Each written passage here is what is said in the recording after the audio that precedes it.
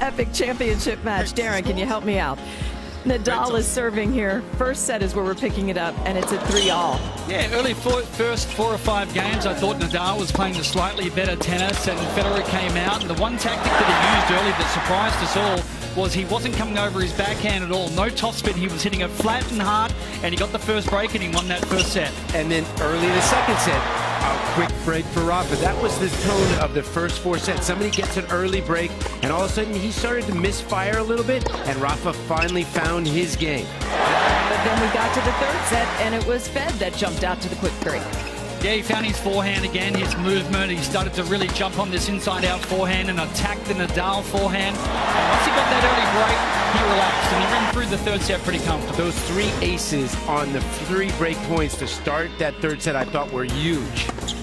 Trouble here in the fourth, though, because Nadal was the one that came out of the blocks, and you could tell that his footwork was a little bit sharper. He started to control that baseline, and he was doing a lot of damage with his forehand to Federer's forehand, and it looked like Roger's movement started to slow down. He wasn't getting up on his serve. Yeah, he started to labor, and you kind of had the feeling like, okay, I can stretch my game out. Oh, look at that little... That's one of the best shots I've ever seen. Yeah, the squash fear hand winner.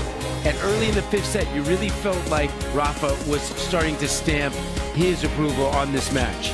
Look at that curler, 7-10, split up the line. And we also saw the trainer timeout, the injury timeout from Federer going into the 5th. Second consecutive match at the start of the 5th set. Left the court. Actually, at about 3-2 in the 5th set, the trainer came out one more time and he shook him off. He said he doesn't need it, he's starting to feel better.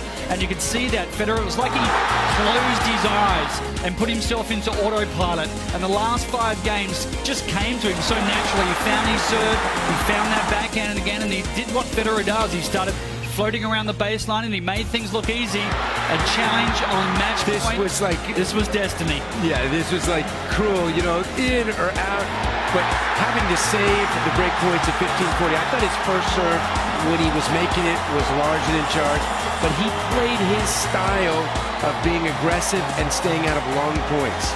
I know he's won 18 major single titles before, but I think when he's a little bit older and he's sitting down, he goes back and watches some of the tapes, this may be his most satisfying. No, I will say unequivocally, this is his sweetest win, because it came from being so unpredictable from 6 months off and beating his greatest rival on a huge stage. And it had been so long since he won his last by his standards. 2012 Wimbledon was his last Grand Slam, and he had gotten to the latter stages. He just couldn't close out the title. Yeah, he did this by attacking also Nadal's forehand early in the match, and that's what really opened up a little bit of court for him. He did it by taking a lot of spin off the forehand and more so off the backhand as well. Once his legs went a little bit, he couldn't transition to the net like he was the first couple of sets, but he won a lot of points going hard and fast to the Nadal forehand, and he played beautifully from the back of the court. And actually, he didn't come in all that much, but when he did come to the net, he picked his mark. I actually thought that when maybe he was a little bit, you know, fatigued and the leg was